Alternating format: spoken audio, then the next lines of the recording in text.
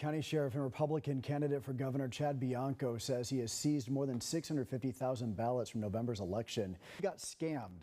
CBS 47's Jason Toktagian joining us now live in studio with this exclusive story. Jason, what can we really do, I guess, to protect ourselves to make sure that this doesn't happen? Employees say today is the last day of the strike and they hope to return to work with their demands met. YourCentralValley.com digital reporter Marco Rosas with a look at what their demands are. While we have you, as you know, I was driving through this area. I was over at La Monica Stadium watching the fireworks and came down Minnewawa, turned down Gettysburg and saw the fire. News around the state just days after a bombshell report raised serious questions about Cesar Chavez. California lawmakers are acting fast. It's a tragedy that spans from California to Utah. A former Fresno State basketball coach never thought that his son, a basketball star turned football standout, would play a deadly game with fentanyl. Catherine, good evening to you. It is here at the California-Mexico border where the majority of fentanyl is still being trafficked into our state. Recently sat down with Major General Matthew Beavers in Sacramento to learn what is being done here at the border to keep families across the Central Valley and the state of California safe.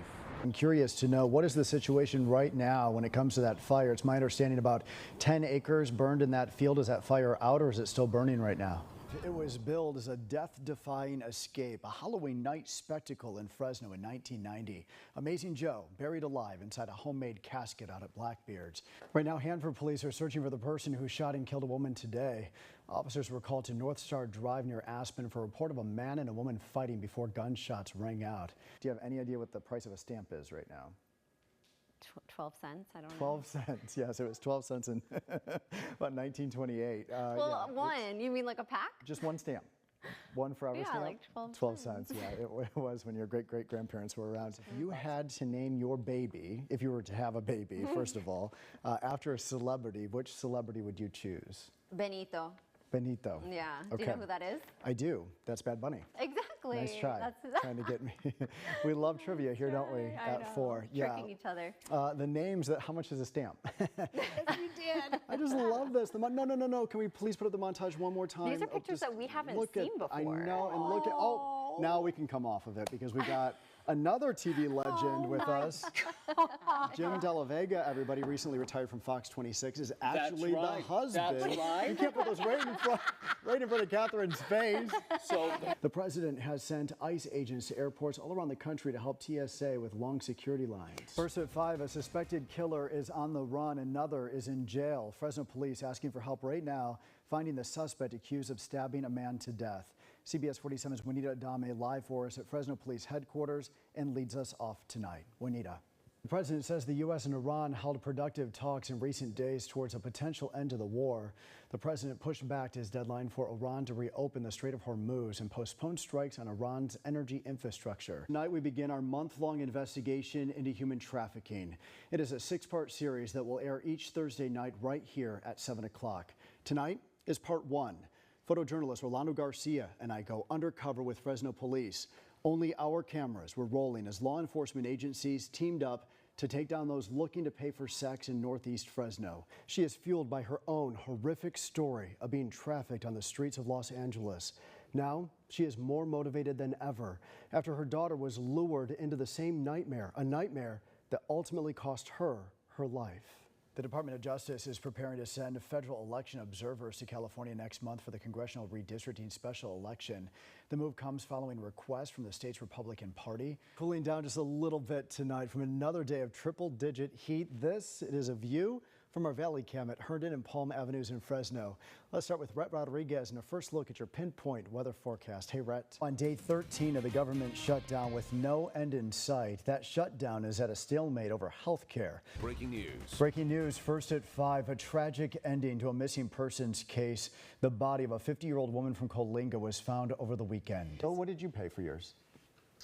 100 because I traded it. Oh, 100 for paying it. Okay, the new iPhone. For trading it in. Yes, Okay. but if you didn't, it would be over $1,000, right, for the new iPhone? 1,200. Oh, yeah. wow. That's a laptop. Which now laptops are actually so much cheaper. She cannot explain it. She was drawn to a gravesite in a Central Valley cemetery, a simple stone that read only unknown. What happened in the years that followed sent her on a mission. A stranger reaching out to another stranger because no one should ever be unknown or worse, alone. Then tonight at 10 p.m., the full unedited interview premieres on the KC24 CBS 47 Plus app. I'll take you inside the story beyond what you will see tonight on TV. It is hard to believe this November marks 36 years since Dorothea Puente was arrested. She died in prison, but the house she lived in is still standing, and its secrets buried behind its walls will live on forever. Why? Why would anybody do this? And that can't really be answered because she's clearly like a sociopath or a psychopath, right? No one does this to people. In the 1980s, Dorothea Puente was a household name. The media called her the death house landlady. Serial killers are not often women, so that's really unusual, and they're not often women who look like your grandma. The chilling story of her murderous rampage was well known here in the Central Valley, across California, and word quickly spread across the country.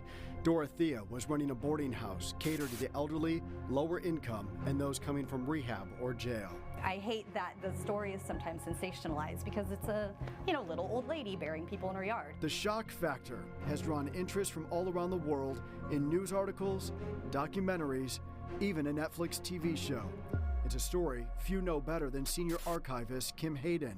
This is a diagram of the yard and the house showing the burial plots. In 2014, Sacramento police turned over all the evidence to the Center for Sacramento History. This has just everything. It's got photographs of the excavations, photographs of the bodies, autopsy photographs, autopsy reports, pill vials, photographs of the victims, photographs of the inside of the house, outside of the house, court transcripts, handwriting samples, checks that have been cashed. The collection even has garden tools like this shovel recovered from Dorothea's house at 1426 F Street, a boarding house where Dorothea disguised herself as a petite, caring old lady. Little did anyone know she was a ruthless killer, serving meals alongside a poisonous drink to wash it down. She was so cold, so calculated, she even wrote to the families of her victims to make it appear as if they were alive months after she killed them. He asked me to write and let you know he's okay, said you'd know how much he hates to write. He's doing well with selling some of his carvings. Said he did not want you to have the police out again. I'll try and drop you a line every couple weeks. We might get married in November. Take care and God bless. She never cared about her tenants. She just wanted their Social Security checks. It was all about greed for Dorothea as she killed for cash. So she is buying perfume, she's getting plastic surgery, she's just buying a bunch of stuff. That's not important. It's not like she's trying to put her kid through school or, shore up her house or something. She's just buying crap. And that's what's so troubling about it. It's like, what was the point? Makes you emotional. I heard your voice kind of crack at the beginning of it. Yeah, it really does. I feel a little protective of the victims, honestly. 9 people are believed to have died at the hands of Dorothea Puente: Ruth Monroe, Everson Gilmouth, Dorothy Miller, Benjamin Fink, Leona Carpenter, Bert Montoya, Betty Palmer, James Gallup, Vera Faye Martin. 7 bodies were discovered buried in Dorothea's yard. Betty Palmer was the only one to be dismembered. Her head, hands, and legs have never been found. They're the story, but they're not. People don't know who they are. And that's because they were people who had hard lives. They didn't have a lot of people with them. They didn't live, with their loved ones. Their loved ones weren't necessarily checking up on them. Dorothea's calendar collected as evidence shows the day the web of deceit and death came to an end. You can see there's only a half slice through here. So this is when the police came and started digging and found the bodies. Tenant John Sharp helped make it happen. As everyone was questioned, out of Dorothea's view, he wrote this note on an envelope and held it up to a police officer. It reads, "She wants me to lie." It's one of the more horrifying pieces in the collection. They interviewed her and then they let her go. She immediately fled to LA, where she was caught because she was in a bar chatting with a man who recognized her on the TV. A fugitive, and called the police. The jury deliberated for 24 days and found Dorothea Puente guilty of 3 counts of murder. Why she wasn't convicted of the other ones, I don't know. And so then she gets sent to Chowchilla prison. And that's where she died at the age of 82. The house is on the National Register of Historic Places, therefore it will never be torn down. Tomorrow night, I will take you inside the house. It's a tour that will send chills up your spine and it's a story that you're not going to want to miss.